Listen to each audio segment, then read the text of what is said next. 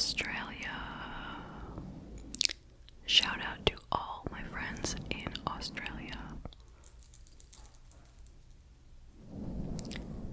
This case took place in 1999, and it is the case of Rachel Barber. So let's start out with some background on Rachel. She was born on September 12th, 1983 in Australia. She had two very loving parents named Elizabeth and Michael Barber, and she had two younger sisters named Heather and Ashley Rose. Rachel was a gorgeous girl. She had long dark hair and beautiful green eyes. And her biggest passion in life was dancing. She was very shy, but when she was dancing, you definitely couldn't tell. And she liked to spend most of her time either at dancing school or at home with her family.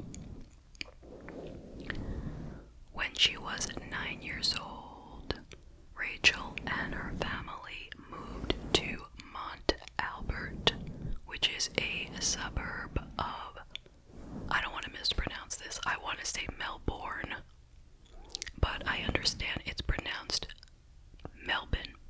Okay, so anyway, one of their new neighbors was a family who lived right across the street. And that family had a daughter named Caroline Reed Robertson. Caroline was 5 years older than Rachel. And in 1996, she began to babysit for the Barber family. She took a particular interest in Rachel. When she looked at Rachel, she saw a girl with a perfect life. Everything about Rachel was perfect, and she was basically the opposite of Caroline. Caroline saw herself as the most imperfect thing on earth. She believed that Rachel was beautiful, talented, and well-liked, which is all true. But on the other hand, Caroline was a loner. She was disgusted in herself entirely. She was unhappy because she was overweight. She felt she never looked good in any of the clothing that she found. She had horrible skin. She was always depressed, and she felt like she had nothing going for her whatsoever. And to make matters worse, she was always bullied in school due to her looks. And she never fit in. She basically had no friends. And she used to write in her journal. She had drawn several self-portraits, portraying herself as completely hideous and unlovable. And her writing in the journals was full of self-loathing. She hated herself and everything around her. On one page, she wrote the following about herself: no musical ability, no coordination, too much homework, hate reports, hate handwriting, headaches, vomit, big nose, obese, eat too much, no life,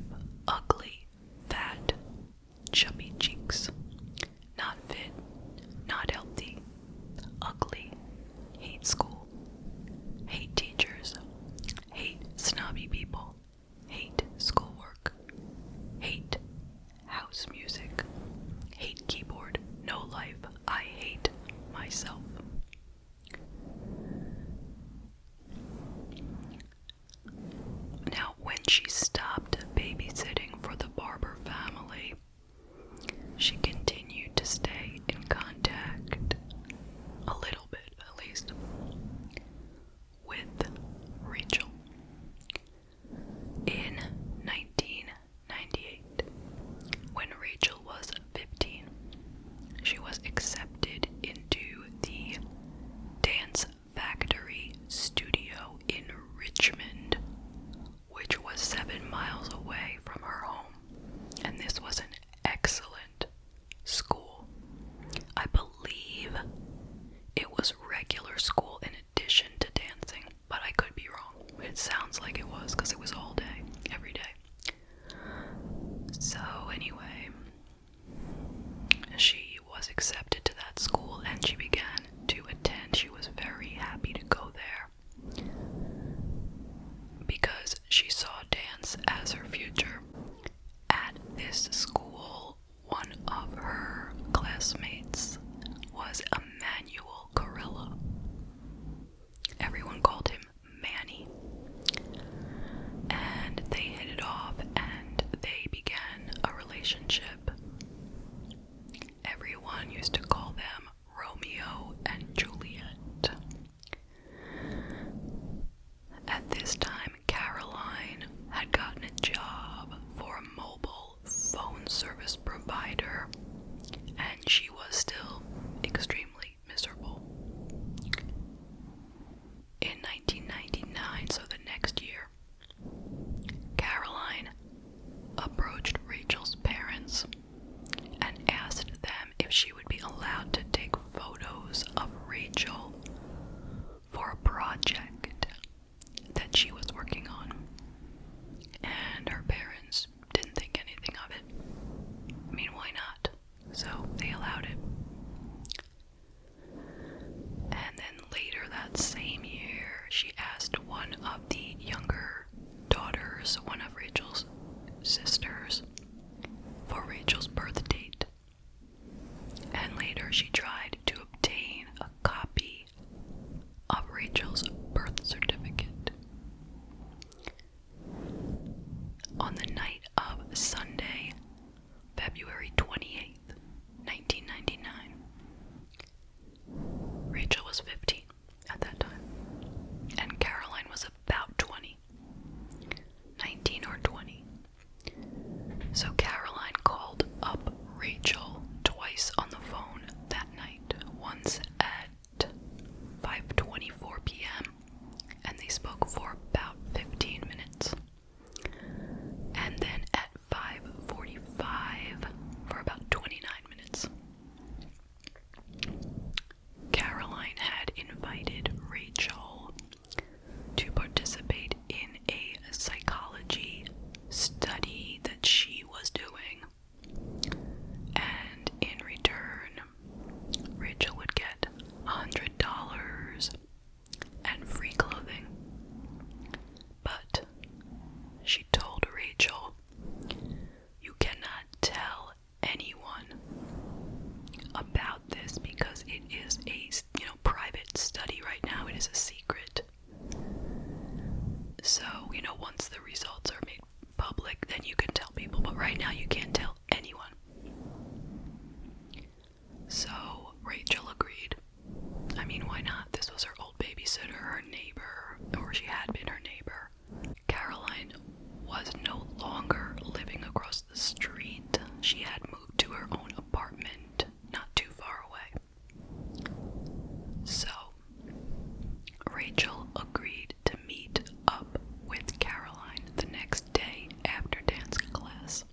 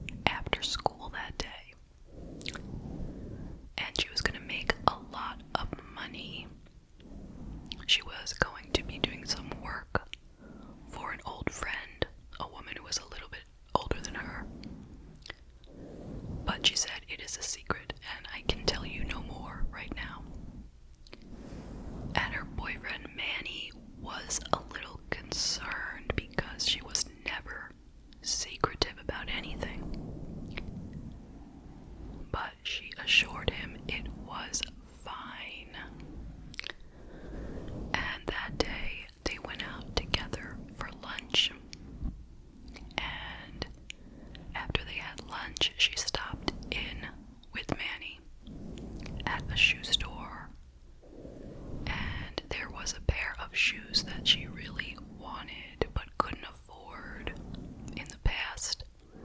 But she told the store worker to put the shoes aside for her because she was coming into some money and she would be buying them.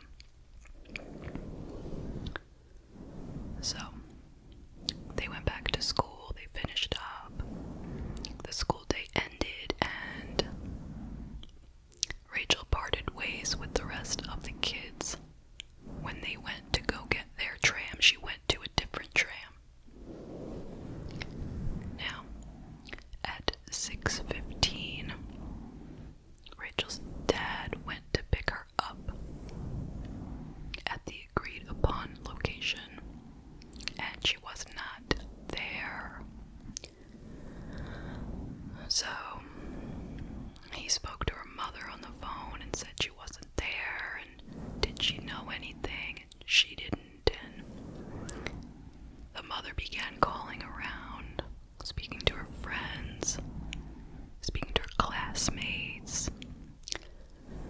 And when she spoke to Manny, at first he didn't want to say anything because he knew it was a secret.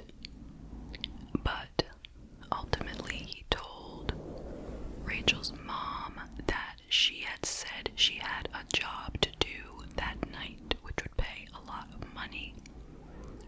And he said he did not know anything else because it was a big secret.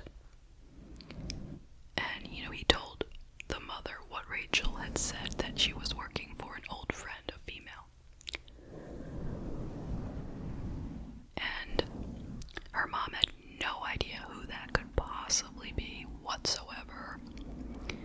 And her and the father were becoming frantic because you know your kid, right? Like I said, this was a girl who would go to dance class and come home mostly. She wouldn't be just out wandering somewhere. In fact, they said she was afraid of the dark.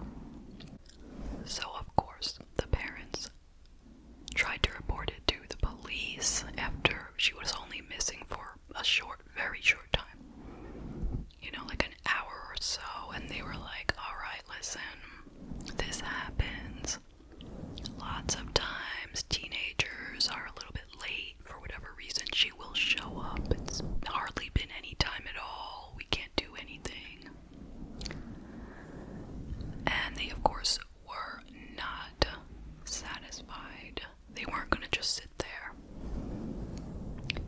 So they went out on their own and started asking people on the street, putting up pictures. They realized that there was a brothel in the area, and they were afraid that maybe the brothel had abducted Rachel. So they went to speak to the people there and found out that it is a legal brothel. They follow all the rules. They only accept adults to work there, and they do not force anyone to do it. She was not there. So the parents turned back to the police again multiple times, and the police kept saying, no, she'll turn up. She ran away. Just give it some time. Blah, blah, blah. You know how it is. So they continued to work on their own. They tried to get information from the phone company regarding incoming calls that they had received. They wanted to find out who had called the night before. But the phone company couldn't give them the information, believe it or not. It was confidential. They called the hospitals, and the same problem occurred. The hospitals said it's confidential. confidential. We can't tell you if your daughter is here. Well, you can imagine how insanely frustrating that was. So it was several days before the police were willing to actually help with the search. And they started interviewing people. They asked the parents for a list of names of female friends, or especially anyone who might be a little bit older. So they put together a list for the police. And the police were able to get around the confidentiality rules, so they were able to find out the phone records, and it turned out that Caroline had called Rachel twice the night before she went missing. But it didn't necessarily mean anything. They're just saying, okay, so this is who called that night. Alright. Nobody would have thought anything of her, you know. So, finally, a very useful tip came in.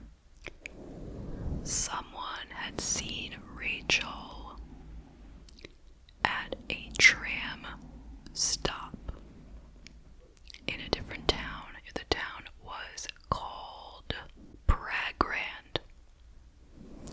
So they saw Rachel getting off at that stop, and she was talking to a young woman.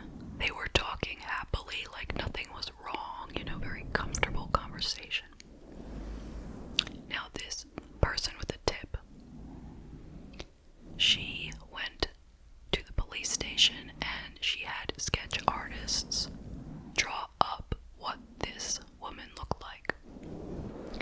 And it was Caroline.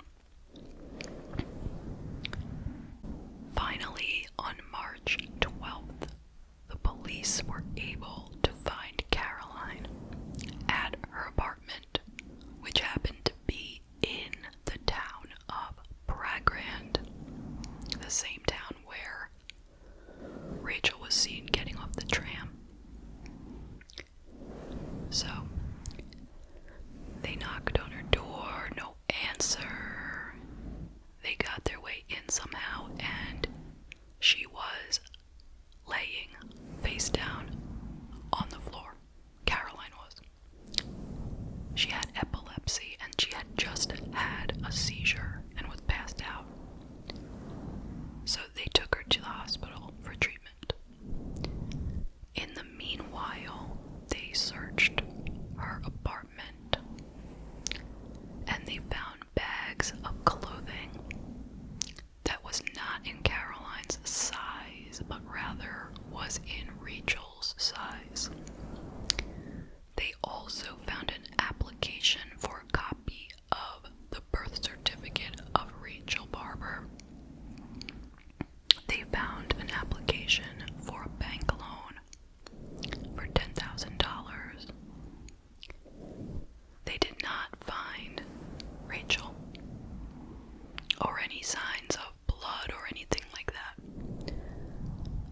But they had come to the conclusion that it looked like Caroline was trying to take over the identity of Rachel. That's why she was getting her birth certificate and was going to leave town. That's why she was getting the $10,000. They also took a look into her journals, and that is where they found some very, very disturbing things. And we have already seen a lot of what was in there, and they saw all that stuff too. But they also found this particular entry that said, quote, "On the way to dance school, say that she can't tell anyone that she's meeting me, as I'm not allowed to give the study results to anyone. Ethics, highly confidential, not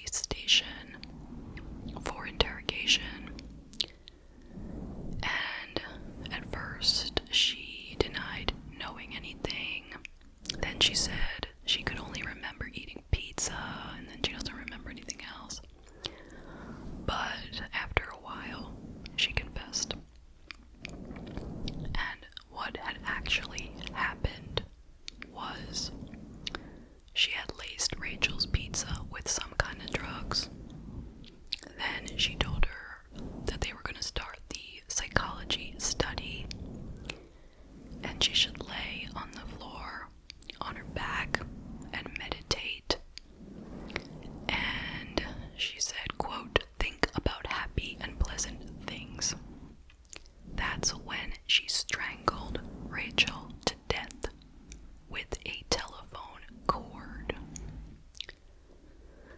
And then the next day, Caroline went to her job.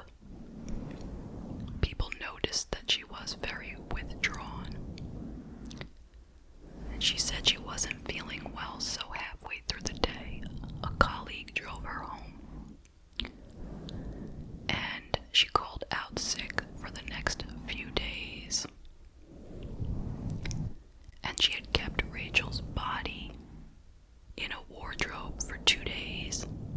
Then she hired somebody to come and help her carry what she said was a statue, because she had rolled up Rachel's body in some blankets and put her body in a duffel bag. So she had this man carry the body, thinking it was a statue.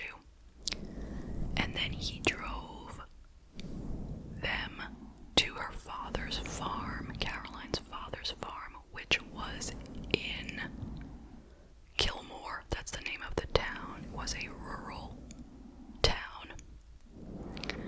And that is where Caroline buried Rachel, right next to her cat, who had died several years before.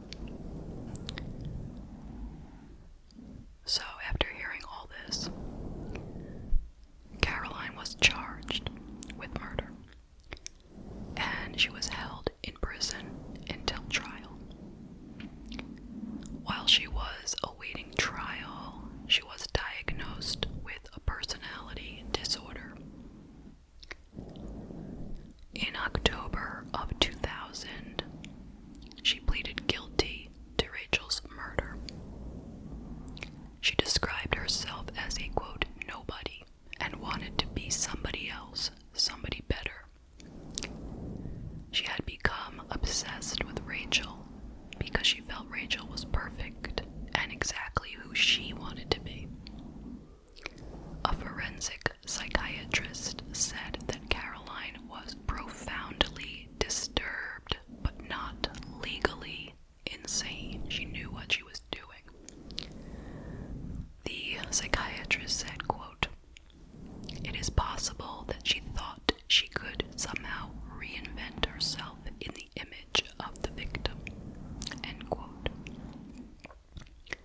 The prosecutor said, quote, "It does seem likely that the motive is to be found in the accused's obsession and her jealousy of Rachel's attractiveness, popularity, and success," end quote.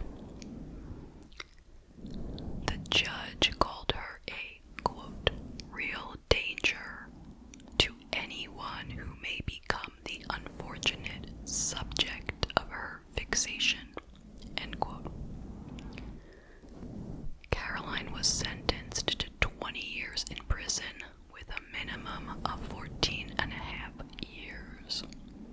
She was paroled in 2015, so she served about 15 years. It was said that she never showed any remorse and never apologized to the family. But she was released, and she is now living on the opposite side of Victoria, Australia, from the Barber family, so she's not living anywhere near them.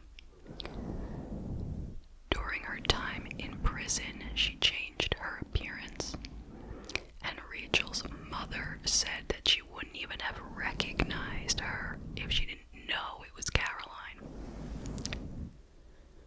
And she said, quote, "I kept thinking, she looks like someone I know. It has that feel about Rachel. At first glance, it's kind of weird." The Barber family released a statement and pleaded for the public not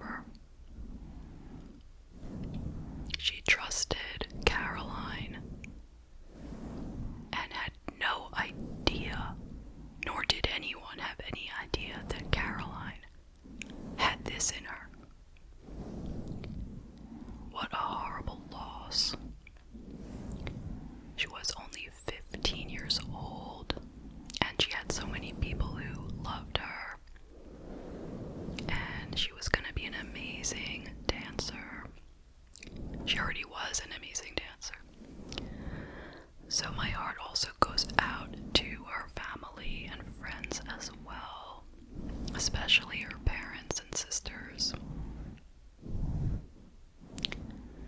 So, well, let's start since I'm talking about the family. Can you imagine the parents coming out with that statement? It was so generous of them to say, leave her alone. She has a personality disorder.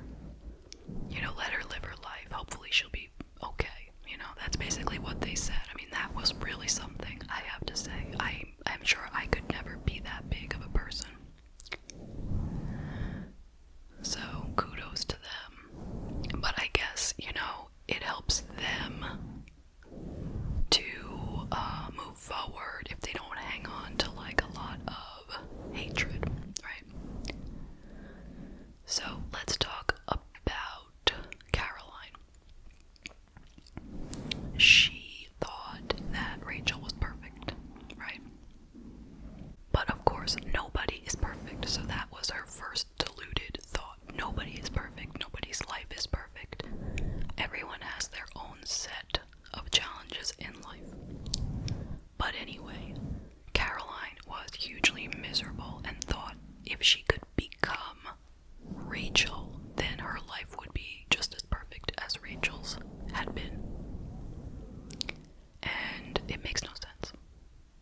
It makes zero sense. It is completely irrational. I mean, if she wanted to become Rachel, she could have just done it.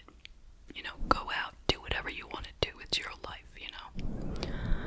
You want to dye your hair, you want to lose weight, you want to dress like her, do whatever. Do it. Go ahead, goodbye. But no, she wants to kill Rachel in order to become her. But killing Rachel will not make her be Rachel in any way. Even if she is walking around with Rachel's birth certificate. If she was going to use that as an official document, it would only get her into trouble. Because Rachel was either going to be listed as a missing person or a murdered person if her body had been found, So, it's ridiculous. But, of course, Caroline was disturbed, and that is why this made sense to her. Of course, I am not excusing her behavior at all, not even a little bit, but she sounds like someone who could have definitely benefited from psychiatric treatment. It just seems like she needed to sit down with someone, at the very least, and have some reality testing. But it's unfortunate that she never went for any mental health treatment prior to the murder that we know of. I mean, maybe she did and it was unsuccessful, or she didn't follow up, but she definitely needed it. Obviously. Do we think she should have been let out on parole after 15 years? That's a pretty short time to serve after committing a premeditated murder of a 15-year-old girl. And she had never shown any remorse. And usually, at least in the US, they expect you at least to sit down and, when you go to that meeting, you say, oh, I'm so sorry, I shouldn't have done it. You say something at least, even if you don't mean it, but she never